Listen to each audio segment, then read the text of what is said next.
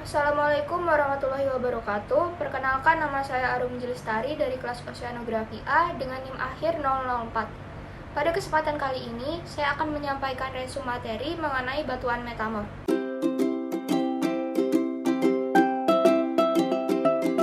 Batuan metamorf atau metamorphic rocks berasal dari bahasa Yunani meta yang artinya berubah dan morph yang artinya bentuk.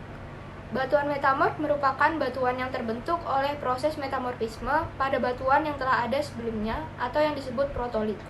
Protolit atau batuan asal dapat berupa batuan beku, batuan sedimen, atau batuan metamorf yang lebih tua.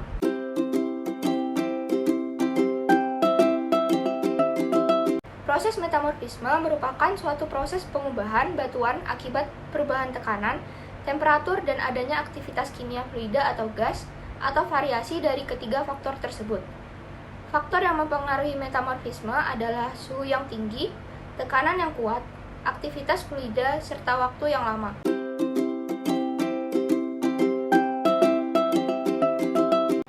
Tekstur dari batuan metamorf terbagi menjadi dua, yakni kristaloblastik dan tekstur palimpsest. Kristaloblastik merupakan tekstur batuan metamorf yang terbentuk oleh sebab proses metamorfosa itu sendiri. Batuan dengan tekstur ini sudah mengalami rekristalisasi sehingga tekstur asalnya tidak tampak atau memperlihatkan kenampakan yang sama sekali baru. Penamaannya menggunakan akhiran blastik. Macam-macam tekstur kristaloblastik antara lain porfiroblastik, eranoblastik, lepidoblastik, nematoblastik, idioblastik, dan xenoblastik. Tekstur relik atau palimpsest merupakan tekstur batuan metamorf yang masih menunjukkan sisa tekstur batuan asalnya atau tekstur batuan asalnya masih tampak pada batuan metamorf tersebut. Penamaannya menggunakan awalan blasto. Macam-macam tekstur palimpsest antara lain blastoporfiritik, blastofitik, dan blastopelitik.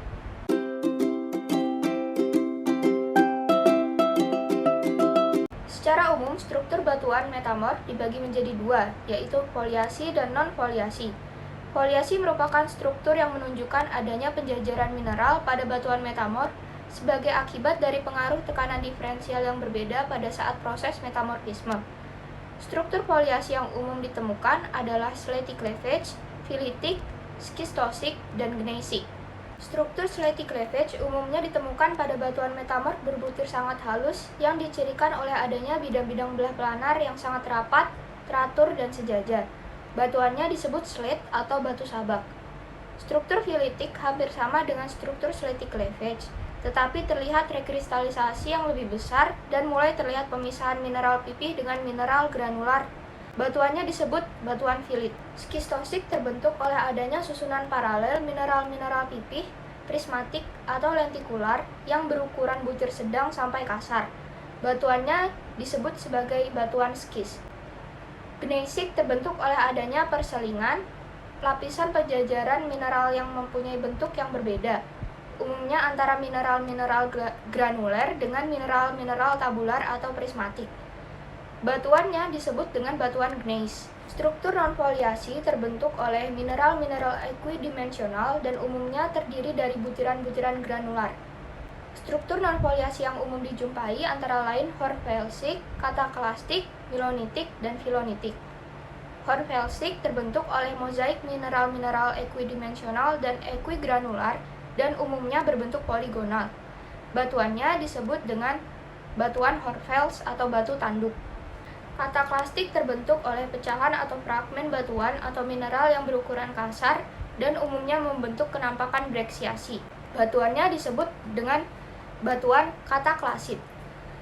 Milonitik berciri-ciri mineralnya berbutir halus, menunjukkan kenampakan goresan-goresan searah dan belum terjadi rekristalisasi mineral-mineral primer.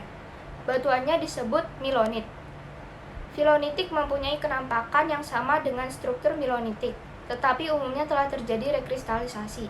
Batuannya disebut sebagai batuan filonit.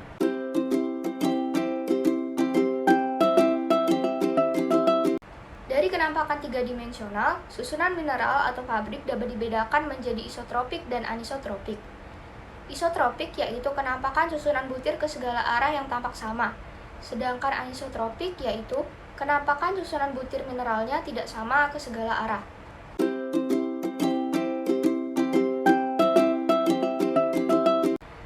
Berdasarkan ukuran butir mineralnya, tekstur batuan metamorf dapat dibedakan menjadi tekstur vaneritik dan avanitik. Tekstur vaneritik merupakan tekstur yang ukuran butirannya cukup besar untuk dapat dilihat oleh mata telanjang. Tekstur avanitik memperlihatkan wujud halus dengan ukuran butir yang terlalu kecil sehingga tidak dapat terlihat jelas oleh mata manusia.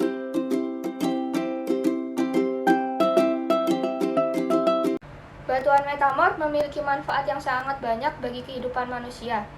Di antaranya yaitu sabak atau batu tulis dapat digunakan sebagai bahan campuran semen, papan tulis, panel instrumen listrik, dan zaman dahulu digunakan sebagai pengganti buku.